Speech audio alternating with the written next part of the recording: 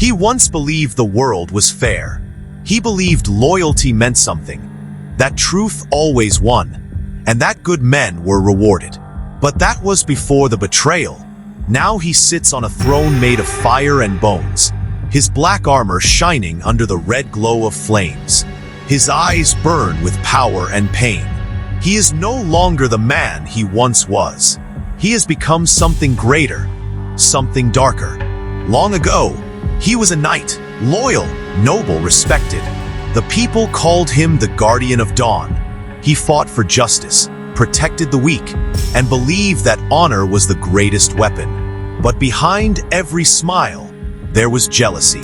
Behind every cheer, there were whispers. His friends, the ones who trained beside him, grew envious of his strength. The king, who once praised him, began to fear him. And when fear takes root, betrayal always follows. They accused him of treason, said he planned to overthrow the kingdom. Lies spread faster than truth. The people turned against him. His name was cursed.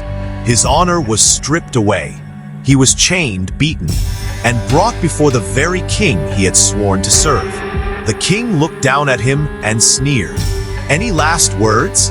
The knight lifted his head, bleeding but calm. "Yes," he said softly, "you will regret this." They burned him alive that night. But the fire didn't kill him. It transformed him. As the flames consumed his body, he felt his pain change. It became strength. His screams turned into a roar that shook the heavens. The fire did not destroy him.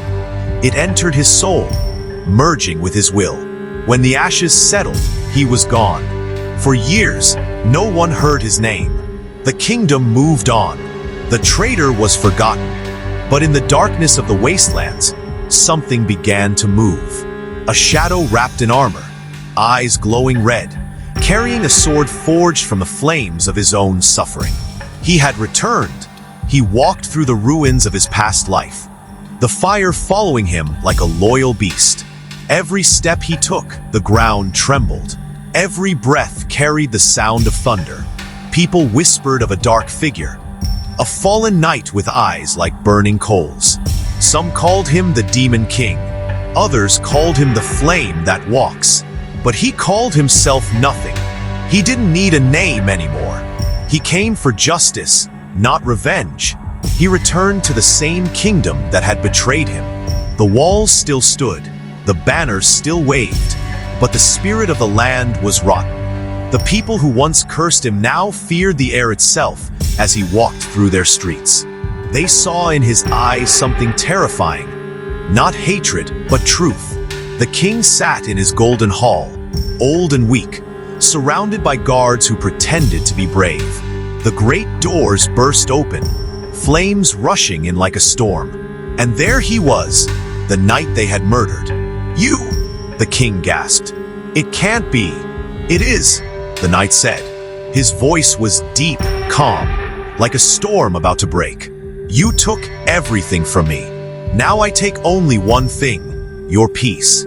The guards charged, but their blades melted in the heat before they could touch him. His sword burned with fire, each swing cutting through armor and lies alike. No one survived. And when he reached the king, he didn't shout, didn't curse. He simply said, "Your throne was built on betrayal. Let it burn with you." The fire swallowed the hall. The king's screams echoed as the kingdom turned to ash. But when the flames faded, the knight did not smile. He felt no joy, no victory, only silence. He had destroyed his enemies, but not his pain, because revenge does not heal the soul. It only empties it. So he walked away from the ruins, the fire following him like a shadow. He traveled across lands, meeting people who had suffered as he once did, betrayed, broken, lost. He didn't speak much, but when he did, his words carried the weight of truth. Pain is not your enemy. It is your teacher. The fire that burns you can also forge you. Slowly, his story became legend. The knight who died in flames, but rose stronger than ever. The man who learned that suffering is not a curse, It's a weapon. In time, he built a new kingdom, not one of gold or glory, but of strength and discipline. There were no kings or slaves there, only warriors of will. Those who entered his realm were not asked their pasts. Only one question was spoken: what did you survive? Because in his world, survival was power. He sat upon a throne of black steel and flame, not as a ruler, but as a reminder. Behind him burned the eternal fire, the same one that had once consumed him. It no longer burned to destroy, but to light the path for those strong enough to endure it.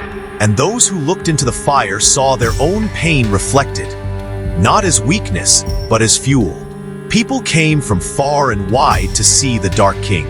Some sought revenge, some sought wisdom, some sought death. To the vengeful, he said, "If you chase revenge, you will drink poison and call it power."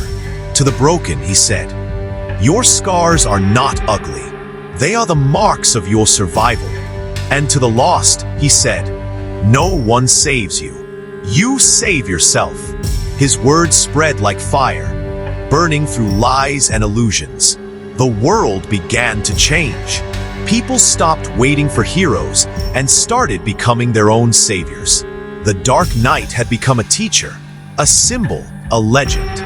But in truth, he was just a man, one who had suffered enough to understand the world. Years passed. The knight grew older, though the fire within him never dimmed. One night, as he sat upon his throne, he closed his eyes and listened to the silence. He could still hear the echoes of his past, the betrayal, the screams, the fire. But instead of anger, he felt gratitude, because without the pain, he would never have found his strength. Without the betrayal, he would never have found his truth. He rose from his throne, his sword resting beside him. The flames bowed to him, and for the first time, he smiled. "The world tried to destroy me," he said softly, "but it only made me unstoppable." The fire grew brighter, wrapping around him until he vanished into light. But the flame never went out. Even now, they say that when the night is dark and the air is heavy, a red glow appears on the horizon. And if you listen closely, you can hear his voice whispering through the wind. "Rise, burn, become. Pain does not end you. It forges you. People will betray you. The world will turn its back. But your power is not in what they take. It's in what you build from the ashes. Be the fire that no one can extinguish. Be the king of your own throne. And when life tries to break you, smile, because you already know how to rise from the flames."